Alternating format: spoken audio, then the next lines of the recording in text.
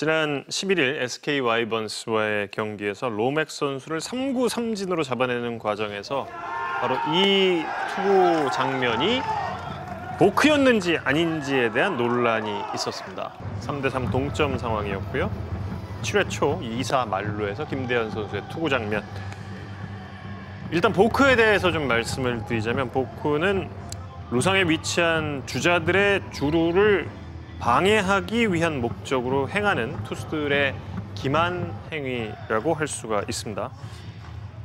근데 이 지금 김대현 선수의 투구 동작이 과연 보크인가 아닌가 이 부분에 대한 세 분 해설위원의 의견을 들어보겠습니다. 이순철 위원님부터 말씀해 주시죠. 결론부터 이야기하면 보크예요. 네. 왜 그러냐면 김대현 선수는 2018년도 7월 7일 날 기아전에서 이미 보크 판정을 저 모습 그대로 하다가 보크 판정을 받았어요. 그렇기 때문에 반드시 이걸 수정을 했어야 되는데 수정을 하지 않고 그저께 긴장을 하면서 똑같은 폼을 했는데 이거를 심판이 보크 판정을 하지를 않았어요. 심판이 보크 판정을 하지 않으면 이거 어쩌지 넘어가는 거예요. 근데 사실은 심판이 똑같이 룰을 적용했다고 한다면 보크 선언을 했어야 되는 거거든요. 더 이제 깊이 들어간다고 보면 3구를 던졌습니다. 그러면 SK 벤치가 초구부터 그 부분에 대해서 어필을 했어야 돼요. 삼진을 당하고 난 이미 지나고 난 다음에 어필을 하니까 이게 분명히 보크는 맞지만 그거를 보크의 판정을 받을 수가 없는 이미 지나가 버린 건데 이게 뭐 비디오 판독도 없는 것이고 그래서 참 안타까운 시간이었어요. 네, 이종렬 의원님. 타자 입장에서 보면 뭐 분명히 보크라고 이야기할 수 있는 상황이에요. 왜냐하면 제가 타자를 섰다고 가정을 해서 보면 타이밍을 맞추기가 굉장히 어려웠던 상황이거든요. 네. 그러면 정말로 미리 어필을 해볼 필요가 있는 상황이었는데 이제 결과가 끝나고 나서 어필을 했던 부분인데 근데 저 부분이 분명히 보크라고 생각을 했지만 심판위원장은 또 보크가 아니라고 정확히 얘기를 했잖아요. 네. 그래서 이런 논란이 생기지 않을 만큼 조금 더 디테일하고 정확한 규정이 있으면 어땠을까라고 생각을 했어요.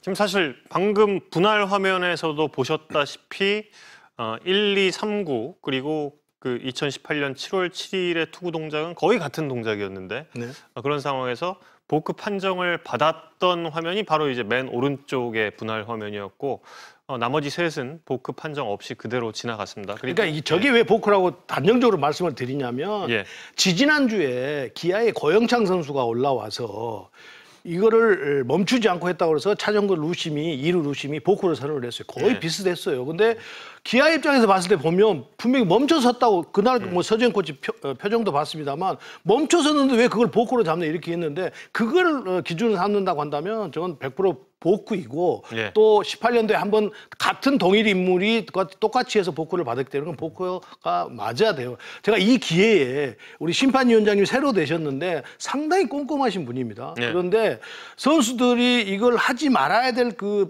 마운드에서 어떤 그 동작들이 그냥 묵인하고 넘어가는 게 좀 많습니다. 이제 그런 부분에 대해서도 조금 더 디테일하게 이건 안 되는 것은 안 되고 되는 건 된다고 자꾸 얘기를 해서 그것을 고치지 않으면 보크를 선언을 해줘야 됩니다. 그게 여러 가지가 있어요. 영상이 준비가 됐는지 모르겠습니다만 그렇게 애매한 것을 갖고 그냥 심판들이 묵인하고 넘어가다 보면 같은 현상이 반복된대요. 지금 이영준 선수가 나오는데 주자가 있을 때 왼발 뒤꿈치가 먼저 움직이면 안 되거든요. 근데 이영준 선수는 주자가 없을 때는 괜찮아요.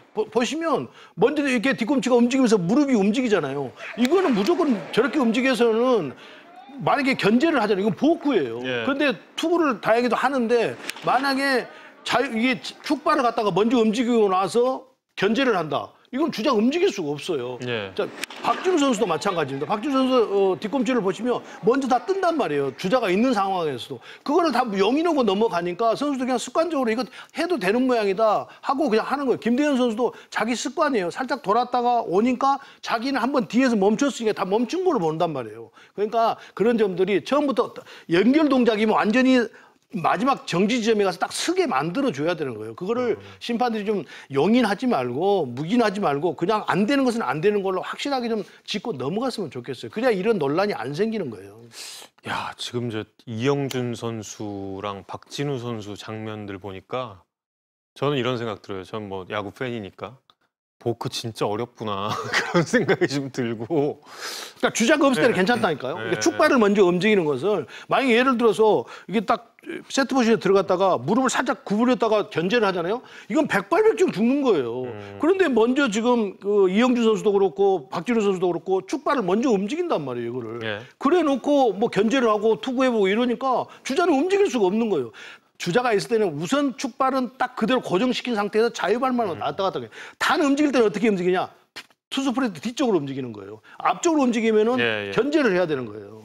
그러니까 우리 뭐 투수 출신 이동현 의원이 너무나 잘할 거예요. 저기 그 비슷하게 이렇게 좀 다리 움직임이 있는 선수 중에서 그 두산 이현승 선수 같은 경우는 그러면 그렇죠. 어떻게? 이현승 선수 같은 경우에도 세트 포지션을 할 때 처음에 사인을 확인한 다음에 그리고 앞에 들어왔다가 여러 번 이렇게 와인드업을 하는 과정이 있어요. 그리고 나서도 지금 똑같이 박지훈 선수처럼 뒷다리를 한번 떴다가 출발을 해서 투구하는 그런 과정들이 있거든요. 사실 이 뒷다리를 뗀다라는 거는 뒷다리를 떼고 난 이후에 견제를 하게 되면 왼손 투수에게는 정말 견제사를 잘 잡을 수가 있는 제일 최적의 조건이 될 수밖에 없어요. 특히 뭐 우투수 같은 경우에도 뒤꿈치를 들고 견제하는 동작을 봤을 때에도 정말 주자가 움직이지 못할 그런 움직임들이 굉장히 많거든요. 하지만 김대현 선수 거를 지금 봤을 때에는 저는 김대현 선수의 이 하체 움직임을 좀 봤으면 좋겠어요. 앞에 왼쪽 다리와 이 축다리가 있으면 이 왼쪽 다리가 사인을 본 이후에 뒤로 돌잖아요. 돌고 나서 이 다리 자체가 움직임이 연결 동작이 이루어지고 있어요. 사실은 멈췄을 때에는 같이 하체도 멈춘 상태에서 투구를 이어가야지만 보크가 아닌데 하체가 움직임이 연속적으로 이루어진다라는 거는 분명히 보크 판정을 받아야 하는 게 맞다라고 지금 생각이 들거든요. 아까 영상에도 나왔지만 이 왼쪽에 있는 다리 자체가 뒤로 가고 그리고 이 지금 모션도 뒤로 글러브가 들어가잖아요. 들어갔다 나오면서 그게 연결 동작으로 멈추지 않고 쭉 하고 연결이 된단 말이에요. 그랬을 때는 타자를 기만한다라고 생각이 되기 때문에 보크 판정을 충분히 받을 수가 있거든요. 반대로 지금처럼 이런 상황에서 견제를 한다고 했을 때에도 견제가 같은 템포에서 같이 이루어지기 때문에 견제사를 충분히 잡을 수 있는 여건들이 생겨요. 그렇게 된다 그러면 타자에게 기만행위다. 그러면 보크 판정을 받아야 되는 게 맞다라고 생각이 듭니다.